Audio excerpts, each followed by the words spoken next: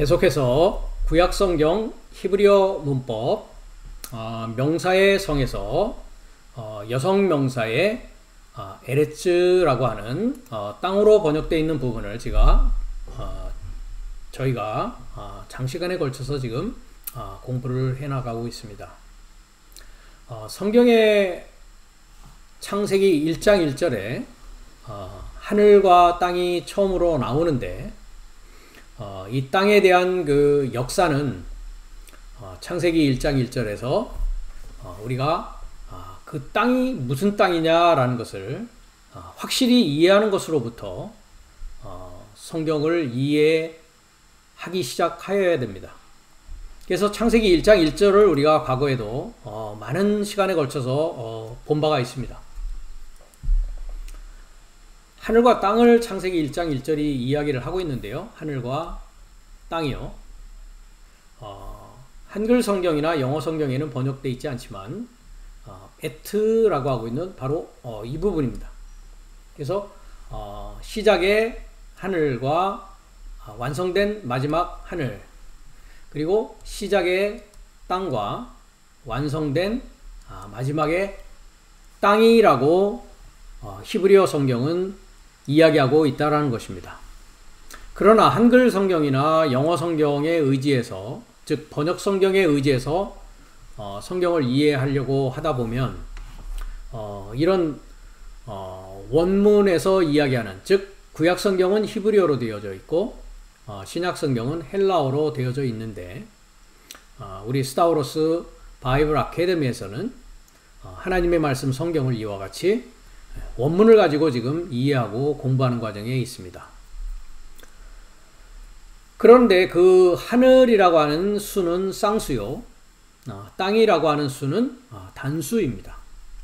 그 쌍수의 하늘과 단수의 땅이 어디 안에 있느냐라고 했더니 시작 안에 있다라고 하면서 베레시트라고 하는 히브리어를 사용하고 있다라는 것입니다. 그래서 제가 번역을 하였듯이 엘로힘이라고 하는 전능자를 소망하는 사역의 시작 안에 하늘과 땅의 그 시작과 완성이 창조한 상태로 있다라는 것이죠. 그런데 그 하늘과 그 땅은 어디에 존재하고 있느냐? 베레시트라고 하는 시작의 뜻이 히브리어를 살펴보니까 인친 나의 머리 안에 존재하고 있는 것이라는 것입니다.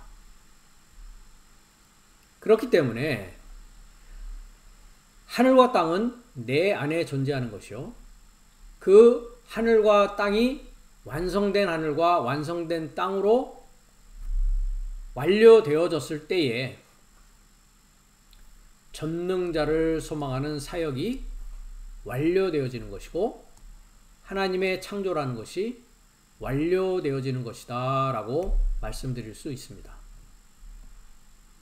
그러한데 그 엘로힘의 시작이 창세기 1장 2절을 보니까 엘로힘의 영이 그 물의 얼굴에 접하여 배회한다 라고 이야기를 하면서 그 물의 얼굴에 접해서 배회하는 장소가 어디냐라고 했더니 그 땅이라고 하고 있는, 즉 시작의 땅이요 첫째 땅이라고 되어져 있는 그 땅의 모습에 엘로힘의 영이 물의 얼굴에 접하여서 배회하고 있다는 것입니다. 지금까지 말씀드린 그 에레츠라는 땅을 가지고 우리가 장시간 공부하면서 물에 관하여서 우리가 이야기를 했을 때에 물은 말이요, 말은 영이요, 영은 생명이라고 하였고요. 그 다음에 하늘과 마찬가지로 물이라는 것도 쌍수 숫자를 가지고 있었습니다. 우리가 성경 전체를 7날의 관점에서 우리가 성경을 이해하는 중에 있습니다. 그러면 창세기부터 구약 성경이 끝나는 말라기까지는 나의 5째 날까지의 이야기다 라고 말씀을 이미 드렸고요. 신약으로 들어와서 신약의 마태복음부터 요한복음까지는 나의 여섯째 날의 이야기요. 즉 그리스도 예수의 탄생과 십자가와 부활이 일어나는 날이요. 일곱째 날이라는 것은 그의 임재 안에서 살아가는 날을 일곱째 날이라고 하고 있다는 것이죠. 그런데 그것이 요약되어져 있는 부분이 어디냐라고 했더니 창세기 1장 1절부터 창세기 2장 3절까지가 일곱 날에 대한 서론적인 이야기를 다 하고 있다는 것입니다. 그랬을 때에 우리가 말씀드렸다시피 날이라는 것은 영어에서는 day라고 하는데 날과 낮이라는 것은 우리가 시간적으로 하루의 날과 하루의 낮을 이야기하는 것이 아니고 나의 상태를 말하고 있다는 것이죠.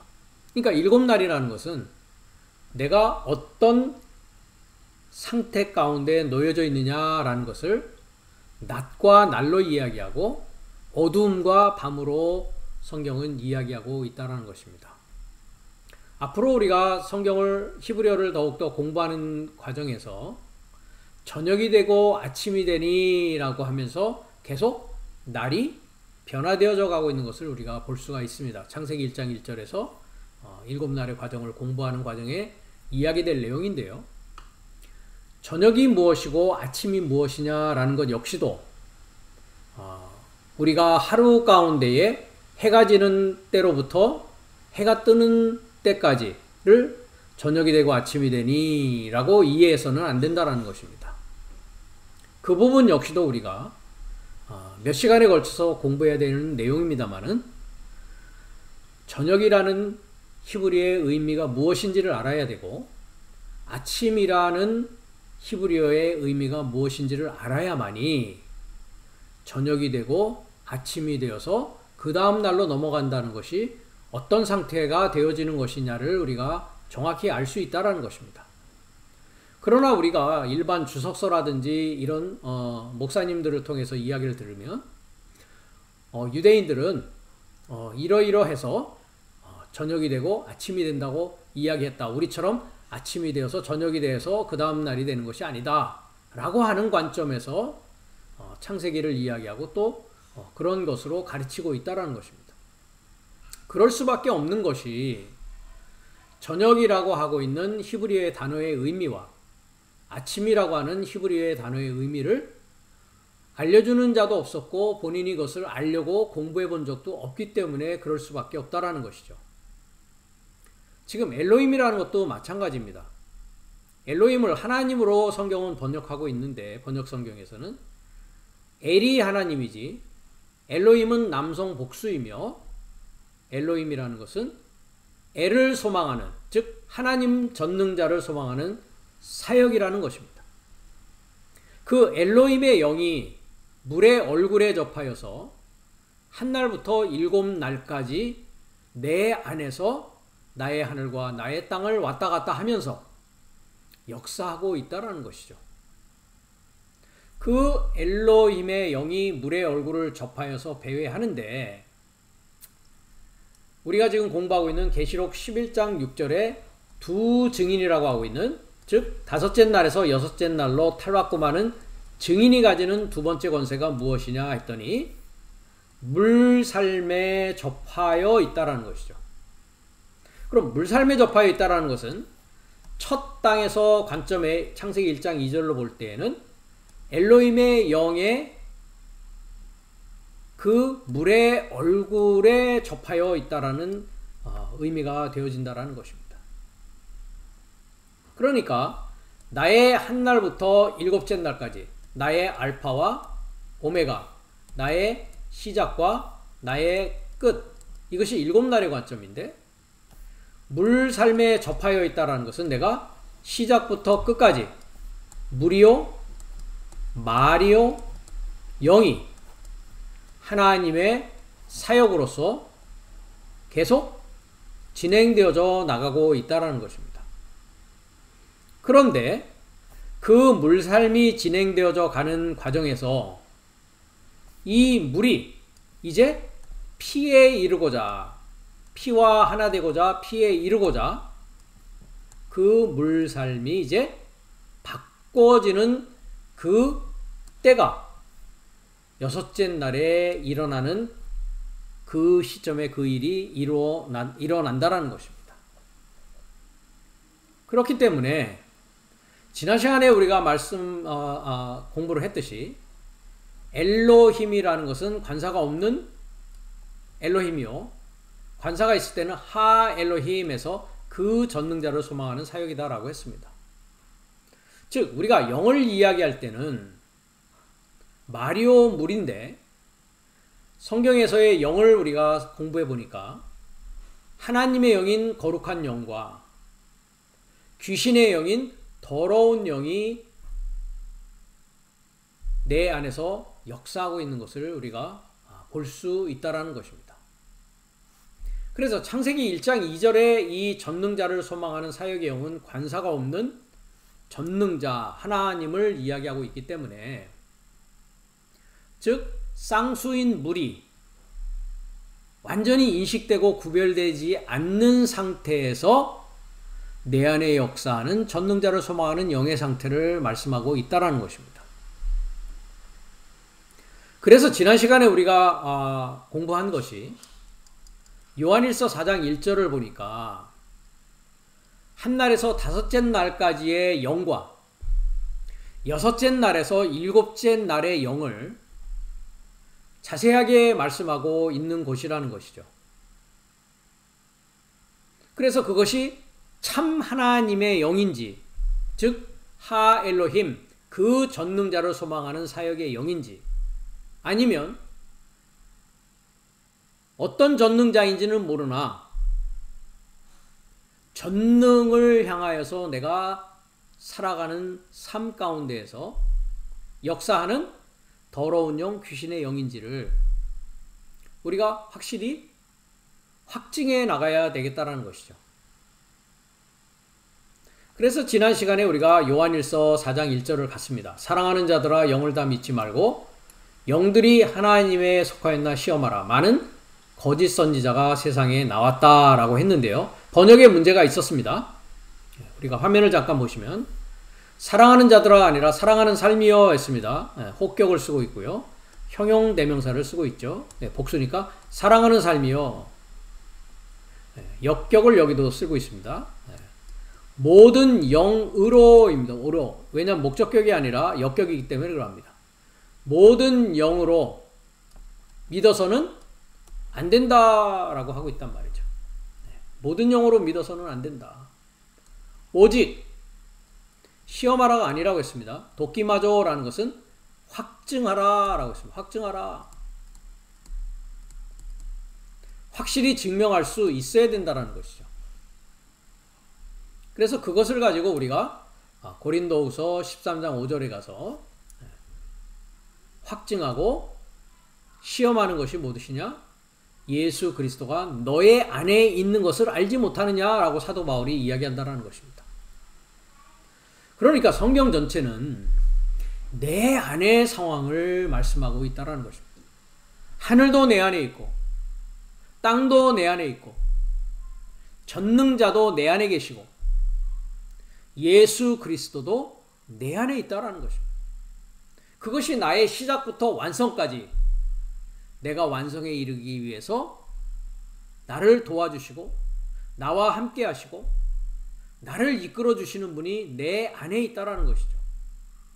그것을 우리는 여섯째 날이 될 때까지는 알지 못하였다는 것입니다. 밖에서 찾으려고 했지 내 안에서 숨겨져 있는 사실을 알지 못했다는 것이죠. 그것을 안 자들은 이제 확증하는 가운데 서 있게 되는 것입니다. 영이요 말이요 물을 확증하게 되는 것이죠. 내가 지금까지 들었던 말, 내가 지금까지 받았던 영, 내가 지금까지 마셨던 물이 무엇이었는가를 확증하는 시간이 요한일서를 읽고 있는 여섯째 날에 나의 삶 가운데 임한다라는 것입니다. 그래서 그 영삶입니다. 여기가 이제 목적격입니다. A라고 하는 것이 명사 목적격이죠. 중성 복수입니다. 그래서 그 영삶을 확증하라. 모든 영으로. 그래서 역격이라는 것은 수단과 방법을 말합니다. 수단과 방법을 이야기하는 것이 D라고 되어 있는 데이티브 역격이고요. A라고 되어 있는 목적격은 말 그대로 목적입니다. 목적과 목표를 말합니다.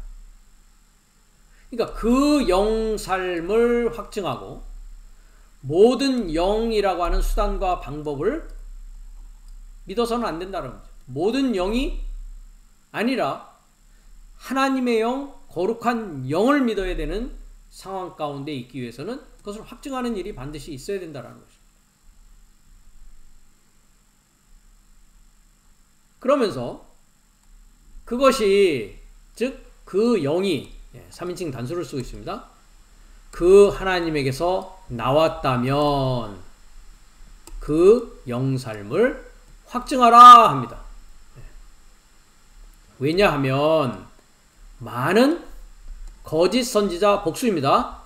거짓 선지자 예언자 삶이 그 세상에 이루고자 그 세상과 하나 되고자 엑세르코마에 해가지고 동사 직설법 현재 완료 능동을 쓰고 있습니다. 그러니까 현재 완료로 이미 뭐 했다고요? 나왔기 때문이다 라고 하고 있다는 것이죠. 그럼 거짓 선지자 삶만 세상에 이루고자 나왔느냐? 우리가 너무나 잘 아는 에이스톤 코스몬이라는 것이, 에이스라는 것이 뭡니까? 뭐뭐에 이르고자, 뭐뭐와 하나 되고자. 뭐 한다고요? 계속적으로 움직여 나가는 것이다. 동작해 나가는 것이다. 그래서 전치사 목적격을 쓰고 있는 것입니다. 목적입니다. 그런데 에이스가 숫자가 되면 뭐였습니까? 헬라어에서 1입니다. 넘버 1. 넘버 1입니다. 하나 되기 위해서 이루고자 하나 되고자 한단 말이죠. 그렇다면 거짓 선지자 삶, 거짓 예언자 삶이 그 세상과 하나 되고자 현재 완료로 나왔느냐? 하나님이 보내신 참 아들이신 그리스도 예수도 뭡니까? 세상에 이루고자 오시고 있다는 말이죠. 우리가 너무나 잘 아는 요한복음 3장에 그 말씀이 나옵니다. 하나님이 세상을 이처럼 사랑하사 독생자를 주셨으니 이 누든지 그를 믿으면 멸망하지 않고 영생을 얻으리로다. 영생을 얻으리로다. 제가 주일학교 때부터 주일학교 선생님으로부터 배운 복음성가를 아직도 기억하고 있습니다. 여러분들도 다 마찬가지일 겁니다. 보시면 하나님이 세상을 이처럼 사랑하사 그리스도 예수 독생자를 주셨단 말이죠. 근데 여기서 보면 저를 믿는 자마다 라고 되어져 있는데요. 오른쪽을 보십시오. 파스, 호, 피스티오, 에이스, 아우토원입니다. 여기도 에이스가 있죠. 에이스. 금방 보셨죠? 에이스. 영어는 뭐라고 되어 있습니까? into라고 되어 있죠. 여기는. 정확히 번역한 겁니다. into. 하나 되고자, 이르고자.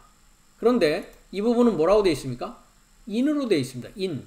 in이라는 것은 움직임이 없는 상황입니다. 역격으로 사용되어져 있단 말이죠. 헬라어에서는. 그래서 에이스라는 것은 into로 번역되어야 되고 in이라고 하는 것은 n이라는 전치사가 있습니다. n이라는 것도 역시 숫자로 넘버 1입니다. 헬라어에서. 그러니까 그것은 이미 하나 된 상태요. n이라는 것은, 즉 영어로 in이라는 것은, 에이스라고 하는 것은 into입니다. 즉 그에 이르고자, 그와 하나 되고자, 즉 독생자를 주셨는데 그와 하나 되고자, 그에 이르고자 뭐 해야 된다고요? 현재 분사를 쓰고 있습니다. 계속적으로, 반복적으로, 습관적으로 믿는 모든 자를 말하고 있습니다. 그러니까 믿음의 목표와 목적이 분명해야 되는 겁니다. 왜 믿는다고요? 그와 하나 되고자 그에 이루고자 그러므로 말미암아 그 안에 거하고자 그와 하나 되고자 믿는 것이란 말이죠. 그래서 하나님이 이 아들을 세상에 보내신 것은 합니다. 여기도 번역이 잘못되어 있습니다. 오른쪽을 보시면 그 하나님이 그 아들을 목적격을 쓰고 있죠. 그의 아들을 그 하나님이 그의 아들을 자 여기는 어떻게 번역되어 있습니까? 제대로 번역이 되어 있죠. into입니다. 그 세상에 이르고자 아포스텔로 보내셨다. 그러니까 하나님이 그 아들을 세상에 이루고자 보내셨고요. 여기도 마찬가지로 거짓 선지자 삶이 그 세상에 이루고자 나왔다고요. 그렇다면 내 안에서 거짓 선지자의 영과 하나님 아들의 영이 어떻게 되는 겁니까? 동시에 역사하고 있다는 것입니다. 동시에 일하고 있다는 것입니다. 그렇기 때문에 뭐 하라고요? 도끼마저 확증하는 삶을 확증하라. 확실히 증명할 수 있는 단계까지 이르러야 된다는 것입니다. 그래서 지난 시간에 푸시도 프로페테스라고 하는 거짓 예언자, 거짓 선지자의 사전적 의미를 보니까 가장된 선지자, 가장된 예언자요. 종교적 사기꾼이다. 그래서 어떤 물과 어떤 말과 어떤 영을 가졌는지 열매를 보고 확증해야 된다라고 했고요. 그리고 우리가 거짓 선지자가 어떤 자이냐라고 하는 것을 구약과 신약을 통해서 살펴본 바가 있습니다. 즉 하나님의 말씀을 사람의 교훈과 사람의 전통으로 믿게 하고 가르치고 지키게 하는 자가 누구였느냐? 거짓 선지자, 거짓 예언자라는 자들이었더라는 것이죠. 그러면 이들은 누구의 입을 가지고 있을까요? 하나님의 입을 가지고 있진 않겠죠. 우리가 마태복음 4장을 가보면 예수께서 시험받는 장면이 나옵니다. 시험하는 자가 이것이 이제 시험하라 라고 하고 있는 페이라조입니다. 아까 요한일서는 시험하라가 아니었죠. 제가 말씀드렸다시피 여기에 도끼마조라고 발음을 하는데요. 확증하는 것입니다. 페이라조는 이것이 시험하는 겁니다. 그래서 시험하는 자가 예수께 나와서 가라되 네가 하나님의 아들이거든 명하여 이 돌들이 떡덩이가 되게 하라 라고 했을 때 예수께서 대답하여 가라사대 기록되었을 때 사람이 떡으로만 살 것이 아니요 하나님의 입으로 나오는 모든 말씀으로 살 것이다 했습니다. 자, 하나님의 입으로 나오는 모든 말씀에 에피를 쓰고 있습니다. 에피라는 것은 온이라는 전치사인데요. 접하여서 살 것이다 라고 하고 있습니다. 그러니까 하나님의 입의 통과로 나오는 물이냐 말이냐 영이냐 아니면 지금 우리가 얘기하고 있는 거짓 선지자, 거짓 예언자 삶의 입을 통해서 나오는 물이냐 말이냐 영이냐가 확증되어져야 되는 것이고 그 확증을 위하여서 첫 땅에 깊은 물에 전능자를 소망하는 사역의 영이 그 물에 접하여서 지금 배회하고 있다는 것입니다. 그 이유는 그 첫 땅이 이제 마지막 완성된 새 땅에 이르게 하기 위해서 그렇습니다.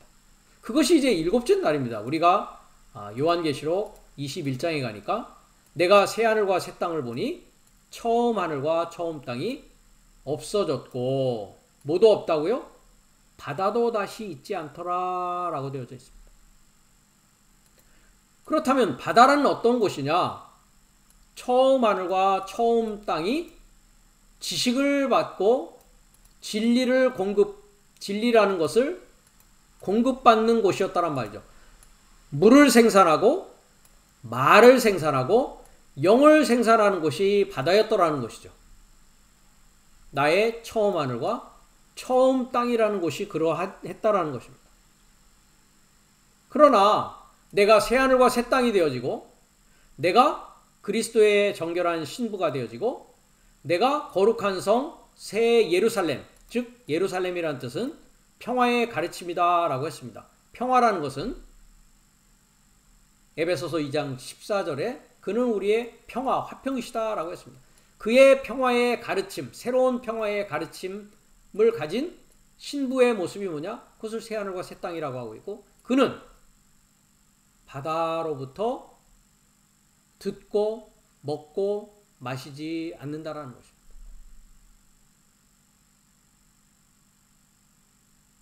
이 바다라는 것을 요한계시록 16장은 무엇라고 말씀하느냐 하면 요한계시록 16장 12절부터 우리가 보겠습니다. 여섯째가 그 대접을 큰 강 유브라데에 쏟음에 강물이 말라서 라고 하고 있습니다. 유브라데라는 것은 우리가 구약성경 창세기 2장에 가면 나오는 말씀입니다. 거기는 이제 유브라데라고 되어 있지 않고 한글 성경은 유브라데라고 번역을 했습니다만은 히브리어는 페라트라고 되어 있습니다. 페라트. 페라트라는 뜻은 조금 이따 거기에 가서 말씀을 드리도록 하겠습니다.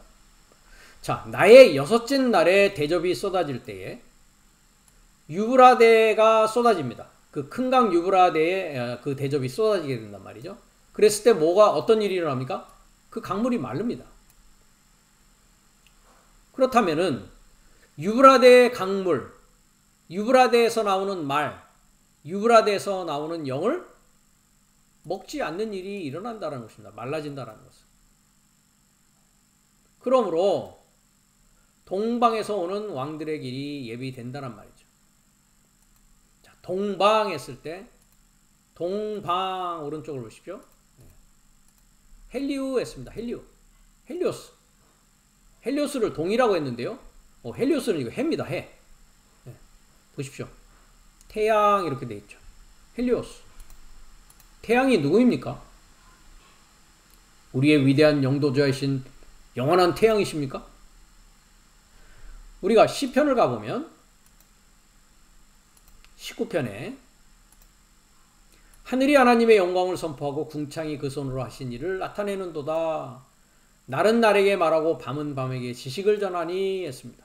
날과 밤을 통해서 한 날과 일곱째 날을 통해서 하나님의 말씀과 지식이 전달이 되는데 언어가 없고 들리는 소리도 없으나 그 소리가 온 땅에 통하고 그 말씀이 세계 끝까지 이르도다. 하나님이 뭐를 위하여? 해를 위하여. 선입니다. 하늘에 장막을 베푸셨도다. 자, 해는 그 방에서 나오는 뭐라고요? 신랑이다 라고 되어 있습니다. 금방 우리가 보았죠. 계시록 21장에 신부가 남편인 신랑 그리스도 예수를 말하고 있다는 것입니다. 다시 16장으로 돌아가서요. 나의 여섯째 날에 유브라데 강물에 대접이 쏟아지니까 강물이 말라서 자, 동방이라고 한 해에 떠오르는 삶으로부터입니다. 아포니까요. 아나톨레 했습니다. 이것이 동입니다. 이것이 동입니다. 보십시오. 빛이 떠오름 이렇게 됐습니다. 빛이 떠오르는 곳입니다.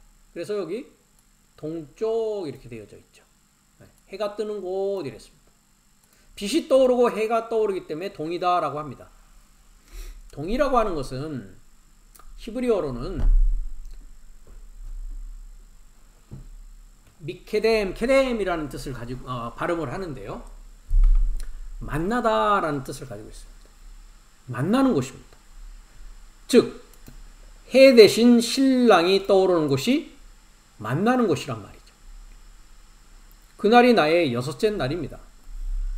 그리고 문자적으로 아나톨레라고 했을 때에 아나라는 전치사와 텔로스라는 전치사의 합성입니다. 텔로스라는 것은 결론이요 끝입니다. 아나라는 것은 위로라는 뜻입니다. 즉 결론과 끝이 오르는 곳을 뭐라고 한다고요? 동쪽이라고 헬라어는 의미하고 있다는 것이죠. 히브리어로 미케뎀, 케뎀이라는 것은 만나는 곳이요. 즉 동쪽이라는 것은 그리스도 예수를 만나는 곳이요. 해를 만나는 곳이요. 헬라어적인 관점에서는 결론 되시는, 결말 되시는, 완성 되시는 그리스도가 떠오르는 곳을 동쪽이라고 하고 있습니다. 자, 395번을 잠깐 가보겠습니다.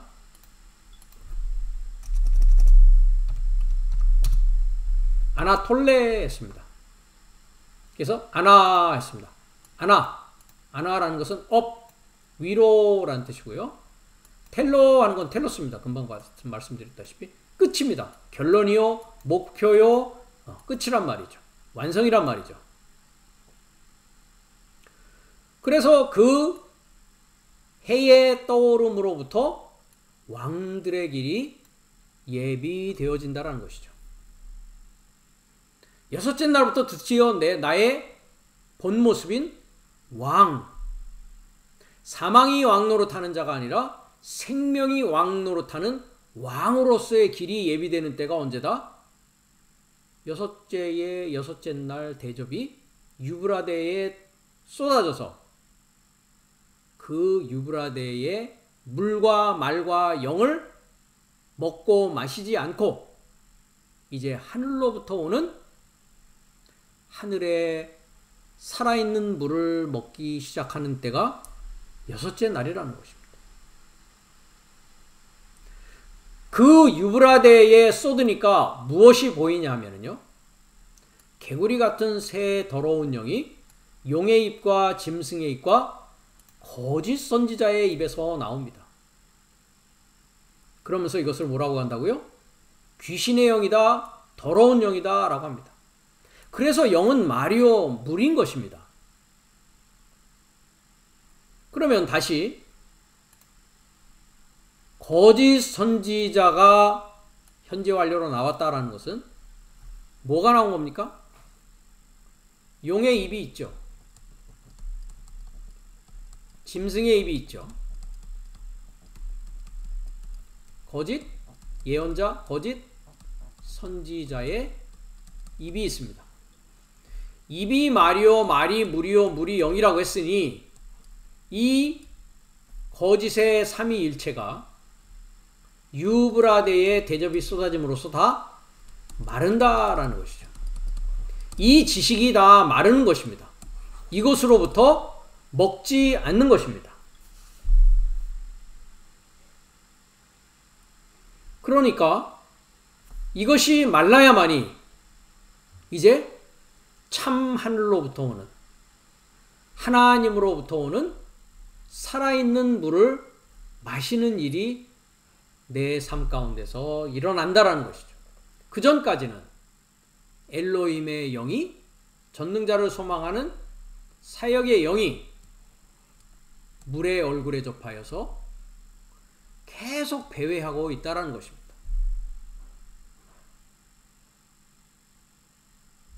이 용과 짐승과 거짓 선지자들은 하늘에 거하지 아니하고 땅과 바다에 거하는 세상적인 지식과 땅의 지식을 나에게 주던 지도자요 선생들이었다라는 것이죠. 그래서 우리가 계시록 13장을 가보면 1절에 바다에서 뭐가 나옵니까? 짐승이 나오죠. 그럼 바다에는 누가 있다고요? 용이 있고 짐승이 있고 거짓 선지자의 입이 있었단 말이죠. 그래서 바다에서 한 짐승이 나오는데 뿔이 10이요 머리가 7입니다. 이것은 다 숫자적인 것은 히브리어를 통해서 의미로 봐야 된다라고 과거에도 말씀드렸습니다. 10이라는 것은 부하다라는 뜻이고요. 7이라는 뜻은 맹세입니다. 부함의 뿔이라는 것은 능력이죠. 머리는 맹세한 머리를 가지고 있단 말이죠. 그래서 주님께서도 얘기하시는 것입니다. 맹세하지 말라. 뿔에는 10면류관이 있고 머리들에는 참남된 이름들이 있더라 라고 했습니다. 앞으로 언제가 될지는 모르겠습니다만은 요한계시록 1장 1절부터 22장까지 제가 한글과 영어로 강해를 할 수 있는 시간이 올 것입니다. 하나님께서 허락하시면 그 일을 제가 여러분들에게 더 자세하게 설명해 드리고 풀어드리는 그 시간을 갖도록 하겠습니다. 지금은 우리가 두 증인의 둘째 화의 무리, 이제 구별하고 인식하는 삶을 통해서 두 증인이 되어서 물삶을 바꾸는 그 엘로힘의 영을 지금 우리가 공부하기 때문에 그 부분의 주안점을 가지고 설명을 해드리고, 그 외의 부분들은 더 자세하게 그때에 가서 여러분들에게 말씀드리도록 하겠습니다. 자, 여기 보니까 바다에서 한 짐승이 나오고 있습니다. 그렇죠? 예, 바다에서 짐승이 지금 올라오고 있죠. 그럼 이 짐승은 4절을 보니까 용으로부터 권세를 받습니다. 용으로부터 권세를 받고 이 짐승이, 즉 바다에 있죠. 자, 용이 지금 바다에서 이 짐승에게 뭘 합니까? 권세를 줍니다. 권세. 파워를 준단 말이죠. 능력을 준단 말이죠. 네. 그래서 용에게 경배하며 짐승에게 경배하여 가로되 누가 이 짐승과 같으뇨 누가 능히 이로 더불어 싸우려 하더라 라고 했습니다. 이 짐승과 싸우는 자가 누구였습니까? 우리가 지금 보고 있는 계시록 11장의 두 증인이었습니다. 이 짐승이 큰 말과 참난된 말을 하는 입을 받고 42달 일할 권세를 받는다라고 했습니다. 우리가 이 42달 일할 권세를 우리가 이미 여러분들 공부하셨습니다. 제 유튜브를 가서 히브리어 문법 이 부분을 계속 두 증인에 대한 부분을 들으시면 요한계시록 9장에 보면, 다시 그것으로 오겠습니다. 9장에 이제 한 화를 이야기하면서 무적행에서 이제 뭐가 나왔습니까? 황충이 나왔죠. 그러면서 하나님의 입맞지 아니하는 사람들만 해야라 라고 해서 이제 한 화가 지나간 후에 11장으로 우리가 두 번째 화를 보았습니다. 그때 어떤 이야기가 나옵니까? 성전방 마당은 청량하지 말고, 11장 2절입니다. 그냥 두라 이것을 이방인에게 줬은즉 저희가 뭐 한다고요? 거룩한 성을 42달 동안 짓밟으리라 했습니다. 42달이 나오죠. 이 42달 동안 짓밟는 그 상황 가운데서 두 증인이 이제 뭐합니까? 지금 우리가 공부하는 권세를 가지고 1260일이라고 하고 있는 여섯째 날의 전 과정을 다시 예언하는 그 상황 가운데 우리가 지금 현재 공부하는 중에 있는 것입니다. 이 성전방 마당은 뜰이라고 해서 42달 동안에 누구 아래에 있는 것입니까? 이방인에게 있는 것이요. 이들은 누구로부터 지식을 받은 것입니까? 금방 우리가 13장에 용으로부터 이 짐승이 권세를 받아가지고 42달 일을 하는 동일한 상황이라는 것이죠. 그것이 언제입니까? 그러면 나의 다섯째 날이었다라는 것입니다. 그래서 다섯째 날에는 우리가 갈라디아서 4장을 가보니까 후견인과 청지기 아래에 있다라는 것입니다. 즉 세상의 초등학문 가운데에서 하나님의 말씀을 사람의 지혜와 사람의 전통을 따라서 지킬 수밖에 없는 나의 과거의 삶이었다라는 것이죠. 그러면서 이 짐승이 입을 벌려 하나님을 향하여서 그의 이름과 그의 장막 하늘에 거하는 자들을 회방합니다. 즉 용과 짐승과 거짓 선지자들의 입을 통해서 가르침을 받는 자들은 하늘에 거하지 아니하고 땅과 바다에 거하는 자들입니다.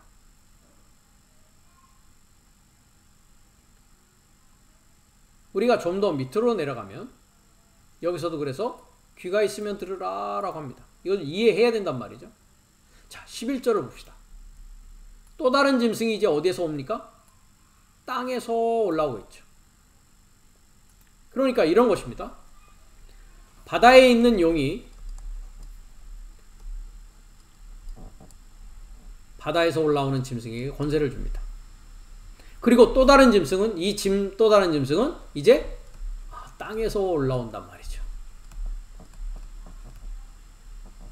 땅에서 올라온다. 여러분들이 바다 하니까 물질적인 해수욕장 이런 바다를 아마 생각할지 모르시겠습니다. 바다가 어디에 있습니까? 여러분들이 성막을 보면 뜰에 뭐가 있습니까? 번제단이 있고 물두멍이라고 하는 물두멍을 뭐라고 합니까? 그것을 바다라고 합니다. 그래서 솔로몬 성전에 바다를 거기에다 두었다라고 하고 있죠. 그러니까 그 성막의 비밀의 그 내용을 여러분들이 제 유튜브에 가서 들어보시면 그것을 제가 또 이야기한 것이 있습니다.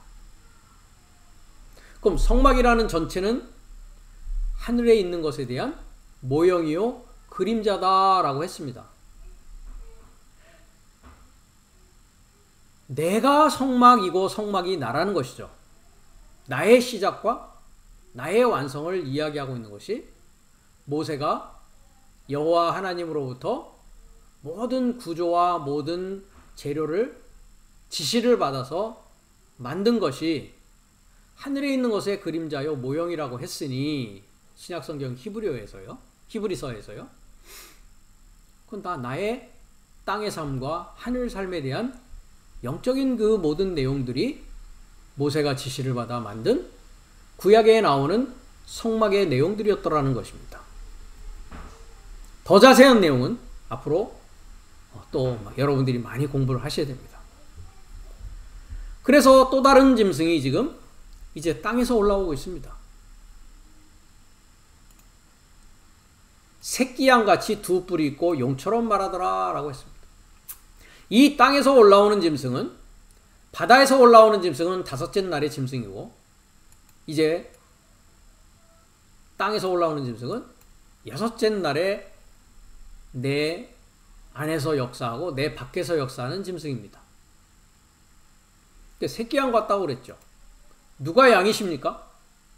그리스도는 하나님의 어린 양이라고 했습니다. 즉 적그리스도를 이야기하고 있는 것이죠. 그러면서 먼저 나온 짐승의 모든 권세를 그 앞에서 행한다라고 합니다. 그리고 이적을 또 행하고 있죠. 불이 하늘로부터 땅에 내려오게 하고 두 증인도 동일한 일을 하고 있었죠. 우리가 이미 공부했지만은요. 좀 더 밑으로 내려가겠습니다. 할 얘기가 참 많지만은요. 저가 모든 자고 작은 자나 큰 자나 부자나 빈곤한 자나 자유한 자나 종들로 그 오른손에나 이마에 표를 받게 하고 누구든지 이 표를 가진 자 외에는 매매를 못하게 하니 이 표는 곧 짐승의 이름이나 이름의 수다라고 하고 있습니다. 즉 표를 준다라는 것은 무엇입니까? 지식을 주는 것입니다. 물을 주는 것입니다. 영을 주는 것입니다. 그러면 그 짐승의 이름이나 수라라고 하면서 지혜가 여기 있으니 총명 있는 자는 짐승의 수를 세어보라. 그 수는 뭐라고요? 사람의 수다라고 했습니다. 사람의 수가 짐승의 수입니다. 즉 짐승, 인간, 짐승입니다. 우리가 평상시에도 이런 말을 쓰죠. 저 짐승 같은 인간. 그 수를 세어보니까 666이다 라고 하고 있습니다. 이것도 역시 히브리어의 숫자적 의미로 우리가 풀어야 되겠죠. 6이라는 숫자는 우리가 앞으로도 보겠습니다만은 기쁨이요 멸절이요 라고 하는 두 가지의 의미를 가지고 있습니다. 멸절이라고 하는 것은 완전히 멸망하는 것을 멸절이라고 하는 것입니다. 즉 600이라고 하는 것은 한 날에서 일곱째 날에 전체로부터 나와서 멸절되는 사역을 통해서 멸절되는 짐승 인간을 뭐라고 하느냐? 666이라고 합니다. 그 다음 장에 가면 뭐가 나옵니까? 어린 양의 이름과 아버지의 이름이 쓴 것에 대해서 뭐라고 합니까? 14만 4천이 아니라고 했습니다. 144천입니다. 오른쪽을 보면 에카톤 하는 게 10이 아닙니다. 100입니다. 100 테사라콘타 40 테사레스 4 킬리아스에서 1000입니다.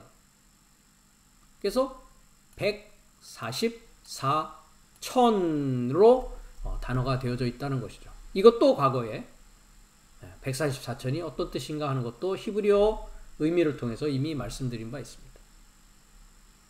이와 같이 거짓 선지자, 거짓 예언자는 바다에서 올라오는 짐승이 용으로부터 권세를 받아서 또 땅에서 올라오는 짐승에게 그 권세를 주고 그 권세를 받은 거짓 예언자가 우리에게 거짓 복음을 주더라는 것입니다.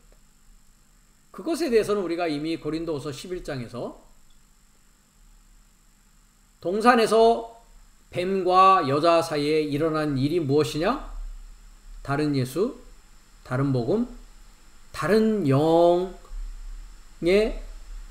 내용을 받은 것을 이야기하고 있더라는 것이죠. 그것에 대해서 야고보서 4장 4절은 가늠하는 남자 삶과 가늠하는 여자 삶이요라고 우리가 이미 공부한 바가 있습니다. 그럼 이 가늠하는 여자 삶은 가늠하는 남자 삶인 짐승과 바다에서 올라오는 짐승과 용과 바다에서 올라오는 짐승과 땅에서 올라오는 짐승으로부터 지식을 받아서 그 지식을 나르는 자입니다. 그래서 우리가 계시록 17장을 가보면 많은 물 위에 앉은 큰 음녀에 받을 심판을 내게 보이리라 라고 사자가 이야기를 하고 있습니다. 그러면서 땅의 임금들도 그녀입니다. 그로가 아닙니다. 여자니까요. 그녀로 더불어서 음행하였다라고 합니다. 그 다음에 땅에 거하는 자들도 음행의 포도주에 취했다. 성령으로 나를 데리고 광야로 가니라 내가 보니 여자가 붉은 빛 짐승을 탔는데 라고 하고 있지 않습니까? 그러니까 용이 짐승에게, 짐승이 바다에서 올라오는 짐승과 땅에서 올라오는 짐승에게 그 짐승을 누가 탔다고요? 이 여자가 타고 있단 말이죠. 나의 한날에서 다섯째 날까지의 물과 말과 영입니다. 그 짐승의 몸에 참남된 이름들이 가득하고 7모리와 10뿔, 아까도 나왔었죠? 이 여자는 자주빛과 붉은 빗옷을 입고 보석과 진주로 꾸미고 손에 금잔을 가졌는데 가증한 물건과 그의 음행에 더러운 것들이 가득하더라. 이마에 이름이 기록되었으되 라고 합니다. 즉 666입니다. 큰 바벨론이다. 땅의 음녀들과 가증한 것들의 옵니다. 라고 이야기하고 있습니다. 즉 이 여자는 그럼 누굽니까? 음녀이죠. 음녀는 큰 성 바벨론이다 라고 있단 말이죠. 바벨이란 뜻이 무엇입니까? 바벨, 헬라어로는 바빌론이라고 하고요. 히브리어로는 바벨이라고 합니다. 바벨이라는 말은 혼합된 하나님의 말씀을 혼합하고 하나님의 말씀이 혼돈되어진 것을 바벨이라고 하는 히브리어의 뜻입니다. 한번 잠깐 가볼까요? 897번인데요. 헬라어로는.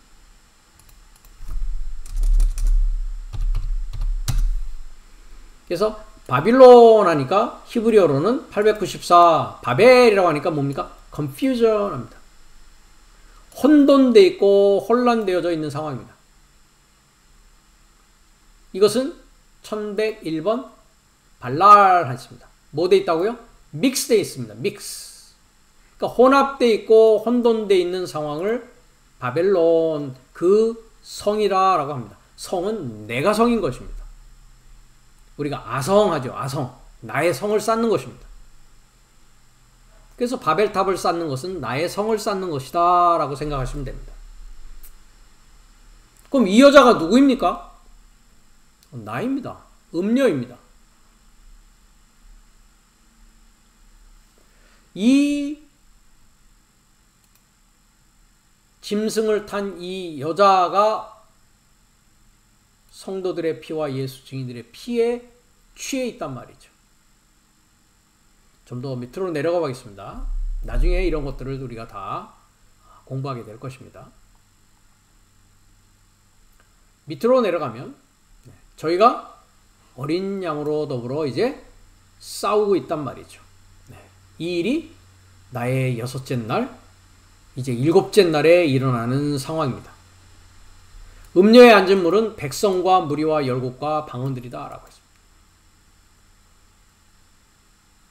그 다음에 이 여자는 땅의 임금들을 다스리는 큰 성이다 라고 하고 있단 말이죠. 즉 땅을 의지해서 살아가는 자, 다 이 여자라고 하고 있는 큰 성 바벨론, 즉 하나님의 말씀이 혼합되어지고 혼돈되어진 그것에 취해서 살아가는 삶으로 인생을 마치게 된다라는 것입니다. 이 짐승의 모습을 우리가 잠깐 위에서 보면은 이 짐승은 전에 있다가 8절에는 전에 있다라고 합니다. 전에 있다가 번역이 참으로 잘못되어 있습니다. 오른쪽을 보십시오. 전에 있다가 합니다. BIIA라고 하는 파신교인데요. 이것은 동사 직설법 미완료 능동을 말합니다. 즉 짐승은 네가 본 짐승은 미완료로 존재한다 라는 뜻입니다. 전에 있었다가가 아닙니다. 이 짐승이 미완료라는 것은 무엇이냐? 그리고 BIPA 동사 직설법 현재입니다. 현재 존재하지 않는다 이 얘기입니다. 현재는 없다. 즉 미완료로는 있는데 현재는 없다. 제가 과거에 말씀드린 바 있는 것 같은데요. 이것을 뭐라고 하냐면 다른 예수, 다른 복음, 다른 영이라고 말씀을 드렸습니다. 즉 예수 그리스도를 역사적인 예수요, 다른 복음이라는 것은 역사적인 복음이요, 다른 영으로 가르치고 있다는 것이죠. 즉 미완료 신앙을 가르치는 것을 말하고 있습니다. 그것이 짐승입니다. 즉 그리스도 예수가 2025년 전에 유대 땅 베들레헴에 탄생하였고 그곳에서 3년 반 공생애를 사시다가 십자가에 못 박히셨고 부활하셔서 하늘로 올라가셨다. 그것까지는 다 과거입니다. 그렇죠? 이미 일어난 일이란 말이죠. 그러나 주님께서 오늘 저녁에 오실는지 내일 오실는지 1년 후가 될는지 10년 후가 될는지 우리는 아직 알지 못한다. 우리는 기다리고 기도하면서 있다. 그것을 미완료 신앙이라고 한단 말이죠.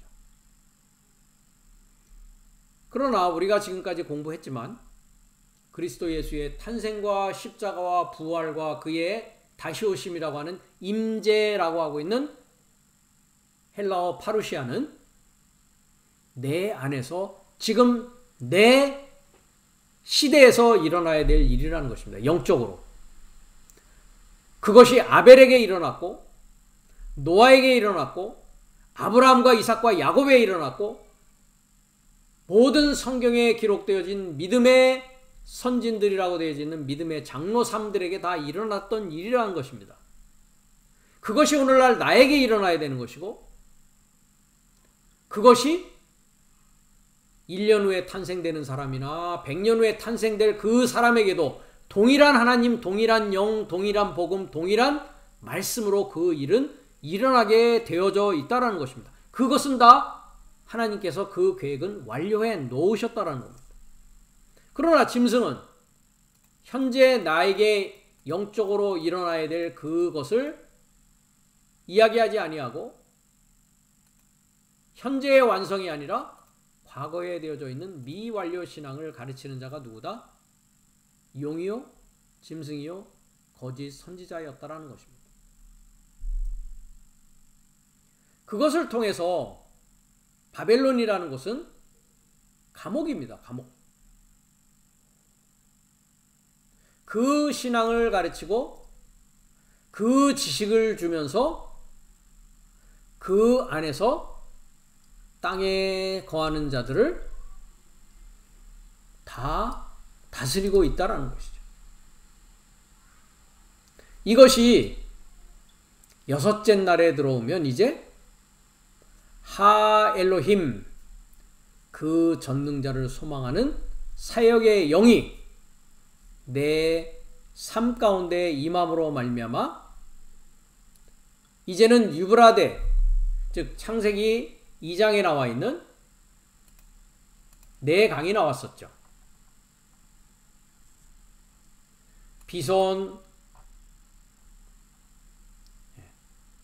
비손이라는 강이 있고요. 기온이라는 강이 있고 히데겔이라는 강이 있고 유브라데라는 강이 있습니다. 이 강들이 다 말라서 이제 에덴에서 발원하는 동산을 적시는 그 강물을 마시는 때가 여섯째 날이라는 것입니다. 그 에덴이라는 곳에 대해서 계시록 22장에 가면 하나님과 어린 양의 보좌로부터 생명수의 강이 나오는 곳이라는 것이죠. 그러면 우리가 역사적으로 비손, 기온, 히데겔이라는 강은 잘 모르겠고 유브라데라는 강은 저 이란, 이라크 쪽에 있으니 유브라데, 티그리스 강이 있으니 에덴 동산이 그쪽에 있었겠다라고 하는 것은 누구의 가르침입니까? 용의 가르침이요 짐승의 가르침이라는 것이죠. 거짓 선지자의 가르침이라는 것이죠. 에덴이 어디입니까? 성막으로 봤을 때는 지성소입니다. 지성소는 일곱째 날입니다. 일곱째 날에 그 생명수의 강이 이제 동산이라고 하는 여섯째 날을 적시고 있단 말이죠. 그래서 지성소에서 성소로 물은 흘러내려가는 것입니다. 다 내 안에 있는 상황이고 나의 날의 단계에 따라서 이와 같이 마시는 물과 듣는 말씀과 받는 영이 이렇게 달라지고 있다는 것입니다. 이 맑은 생명수의 강이 우리가 요한복음 4장에 가보면 주님께서 이제 사마리아 여인과의 대화 속에서 네가 만일 하나님의 선물과 또 내게 물 좀 달라 하는 이가 누구인 줄 알았다면 네가 그에게 구했을 것이요 예수께서 생수를 내게 주었으리라 라고 얘기합니다. 이 생수입니다. 그러면서 이 물을 먹는 자마다 다시 목마르려니와 왜? 이 여자는 야곱의 우물을 먹고 있었거든요. 야곱의 우물을 먹고 있었기 때문에 이 물을 먹는 자마다 다시 목마르다. 내가 주는 물을 먹는 자는 영원히 목마르지 아니하리니 나의 주는 물은 그 속에서 영생하도록 솟아나는 샘물이다 라고 합니다. 이것에 대해서 우리가 요한복음 7장을 가보면 38절에 나를 믿는 자는 성경의 이름과 같이 어디에서 나온다고요? 내 배에서 생수의 강이 흘러내린다라는 것입니다. 그러면 에덴은 어디 있습니까? 내 배에 있습니다. 그렇기 때문에 우리가 요나의 이야기를 할 때 요나가 3일 3야를 큰 물고기의 뱃속에 있었던 것 같이 인자도 3일 3야를 땅의 마음속에 있을 것이다. 내 안에 있는 것입니다. 그것이 믿는 자의 받을 뭐라고요? 성령입니다. 거룩한 영, 하나님의 영, 그 전능자를 소망하는 사역의 영이란 말이죠. 이 여섯째 날에 하나님의 말씀이 에덴의 물이 거룩한 영이 내 삶에 접할 때에 큰 성 바벨론으로부터 이제 나오는 일이 발생한다라는 것입니다. 그래서 한 날부터 다섯째 날까지는 이와 같이 후계님과 청지기 아래서 죄의 종으로서 감방살이를 하고 있는 나였다라는 것이죠. 그래서 우리가 이사야서 42장을 가보면 이사야서 선지자가 이렇게 합니다. 내가 붙드는 나의 종 내 마음에 기뻐하는 나의 택한 사람을 보라. 내가 나의 신, 영입니다. 스피릿입니다. My spirit. 나의 신을 그에게 주었은즉, 나의 영을 그에게 주었은즉 그가 이방에 공의를 베풀리라 라고 하고 있단 말이죠. 그 영이 임할 때에 소경의 눈이 밝혀지며 갇힌 자를 어디에서요? 바벨론이라고 하는 옥에서 이끌어내며 흑암에 처한 자를 감방, 옥에서 나오게 하리라 라고 말씀하고 있다는 것이죠. 그 옥이 어디였느냐? 금방 말씀드렸다시피 요한계시록 18장에 더러운 영이 모이는 곳과 각종 더럽고 가증한 새에 모이는 곳이 어디라고요? 큰 성 바벨론 귀신의 처소라고 되어 있는데요.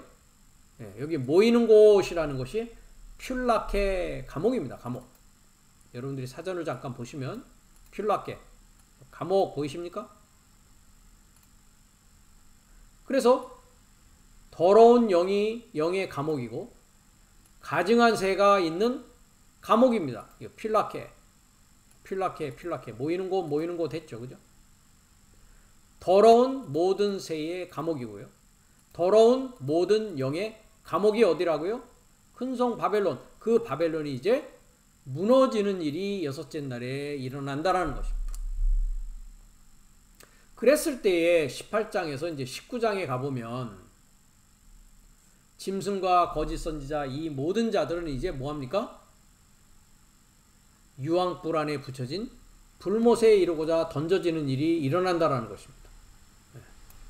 20절에 짐승이 잡히고 거짓 선지자, 거짓 예언자도 함께 잡히고 짐승의 표를 받고 우상에게 경배하던 자들을 뭐 한다고요?